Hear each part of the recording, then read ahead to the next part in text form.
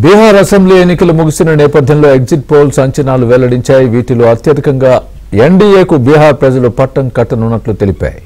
అధికార పార్టీ ఎన్డీఏకి 133 నుంచి 159 స్థానాల్లో విజయం సాధిస్తారని పీపుల్స్ పల్స్ అంచనా వేయగా, మహాగఠబంధన్ కు 75 నుంచి 101 సీట్లు వచ్చే అవకాశం ఉందని తెలిపింది.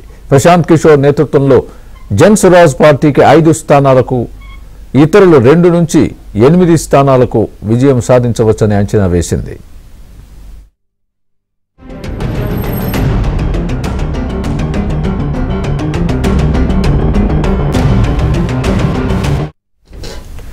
దైనిక్ భాస్కర్ ఎన్డీఏకు 145 నుంచి 160 సీట్లు, మహాగఠబంధన్ కు 73 నుంచి 91 సీట్లు రావచ్చని అంచనా వేయగా, ఎన్డీఏకు 147 నుంచి 167, ఇండియా కూటమికి 70 నుంచి 90 స్థానాలు, ఇతరులకు 2 నుంచి 8 స్థానాలు వస్తాయని మ్యాట్రిక్స్ అంచనా వేసింది.